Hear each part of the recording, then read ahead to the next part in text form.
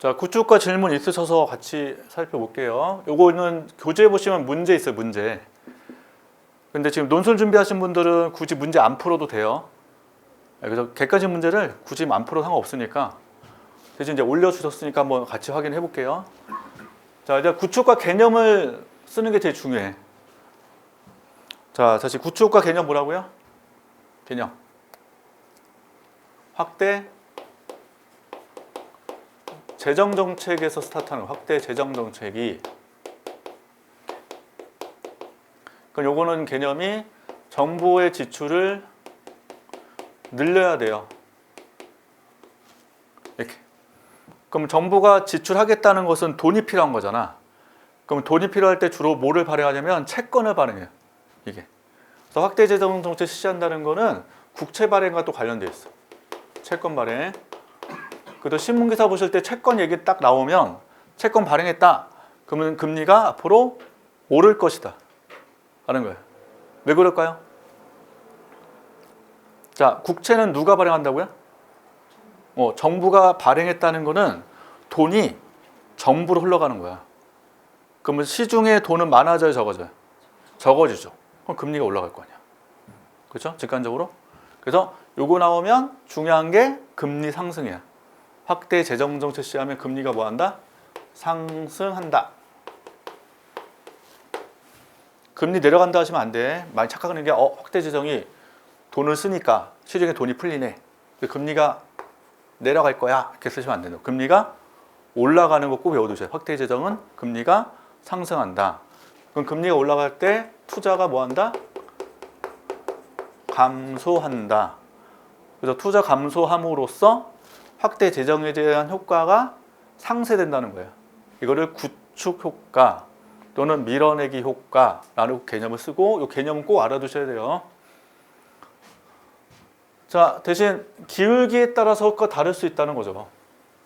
아까 모형은 배웠으니까. 자, 다시 축 기억하시고, 여기가 이자율, Y는 국민소득,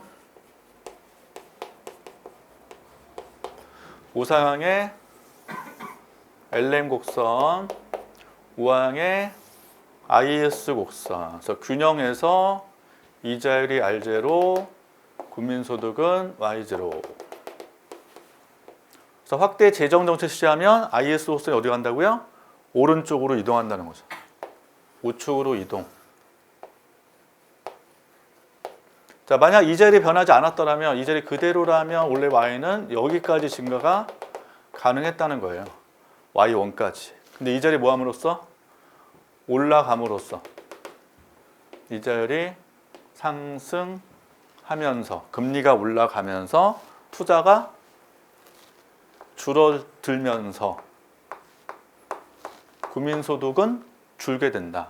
그래서 여기로 줄어서 원래 Y1까지 증가했었던 게 다시 Y2로 줄었다. 그래서 이만큼을 뭐라고 한다?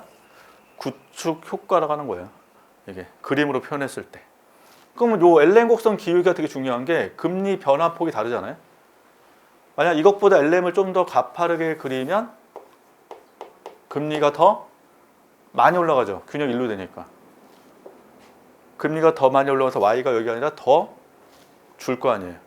또는 LM 곡선이 좀 더 뭐하면 완만하면 아까 여기보다는 금리가 적게 올라가기 때문에 Y는 좀 더 증가하겠죠. 그러니까 LM 곡선 기울기가 되게 중요하다는 거예요. 그래서 근데 저희 시험 볼 때 이제 객관 시험이 아니기 때문에 저희 만약 논술 쪽 보시는 분들은 굳이 뭐 기울기를 막 얘기할 필요 없는 거고, 논술 쪽은 가장 기본은 요 개념이 되게 중요하단 말이에요. 이 개념. 그리고 구축을 그림 표현하고 싶다 하면 아까 그림 요 정도 선에서만 딱 한번 설명해 주는 거죠. 자, 근데 이제 문제에 있단 말이에요. 여기서 자, 보시면 LM 곡선 기울기가 커질수록 나오잖아요. 커질수록 이거네요. LM1 커질수록 구축권은 뭐 한대요? 커진다 맞아요? 맞다죠. 커진다는 것은 국민소득 증가폭이 작다는 얘기잖아. 커진다는 거는 개념이 재정정치 효과가 반감된다는 거죠. 맞아요?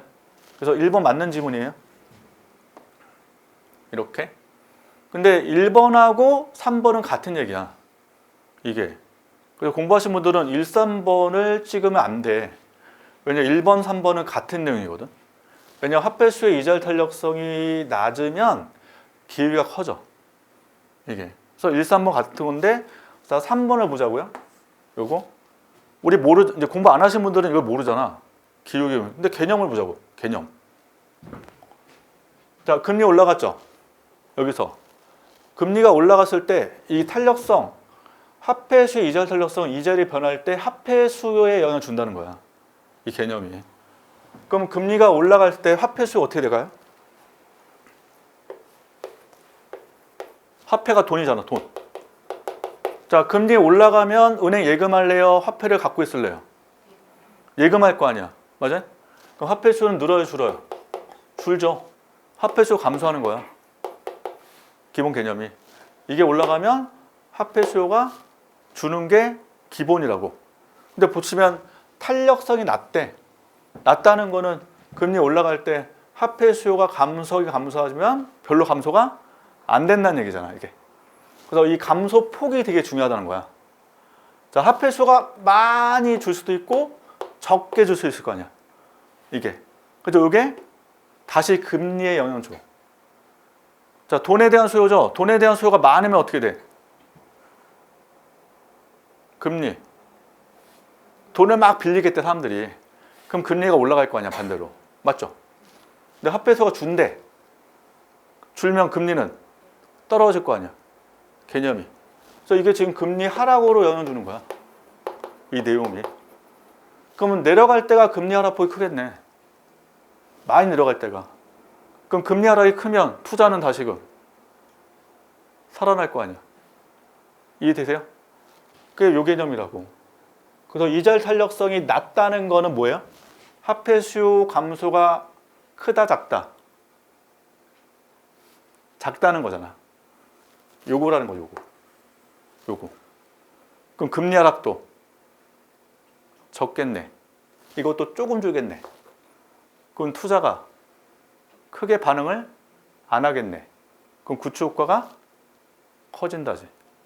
맞아요? 그래서 이게 요거랑 같은 거야. 원래는 LN 곡선 기울기가 요거와 관련이 있어. 둘이. 그러니까 요거 하면 요거 바로 아는 건데 이걸 공부 안 하신 분들은 모르니까 제가 직관적 설명을 드린 거야. 이게. 그래서 1번, 3번은 다 맞는 지분. 자, 2번 보세요. 투자의 이자율 탄력성이네. 요것도 많이 쓰는 개념인데 요것도 IS 곡선 기울기에 관련되지만 그냥 개념 잡자고. 자, 금리 올라갔죠? 투자 어떻게 돼요? 지금 줄었다고 나왔죠? 근데 투자의 이자율 탄력성이 낮대. 낮다는 거는 투자 감소가 커요, 적어요? 적다는 얘기잖아. 지금 다시 금리 올라갈 때 투자가 줄어요. 주는데 지금 3번, 2번 질문은 투자의 이자율 탄력성이 낮대. 그럼 투자가 금리에 거의 반응을 안 한다는 얘기잖아. 그래서 금리가 올라가더라도 투자 감소가 거의 없으면 구축권은 발생되지 않을 거예요. 맞아요? 구축권은 커진다, 작아진다? 작아진다. 그래서 답이 2번이야. 2번이 잘못됐다는 거야. 이렇게. 그래서 그냥 이해로 풀 수도 있다. 그림 이해도. 그래서 나중에 요거는 알아두셔야 돼. 투자의 이자율 탄력성. 요 개념. 왜 중요해요? 지금 중앙은행이 금리를 올리거나 내릴 거 아니야. 그러면 기업 투자가 반응한다는 거지. 그러면 투자 이자율 탄력성이 낮게 되면 중앙은행이 금리를 올리든 내리든 투자는 거의 반응을 안 한단 말이에요. 그럼 경제에 주는 충격이 없지. 이게. 그래서 요 투자 이자율 탄력성 개념 꼭 알아두셔야 된다는 거다. 개념 정도는. 그 다음에 요거 나왔잖아요. 요게 IS 곡선 기울기 영향. 기울기 원래는. 그래서 클수록 되면 기울기가 완만해져. 이렇게. 그래서 이게 완만해지면 효과가 구축 효과가 커져. 그림으로 보여드릴게요.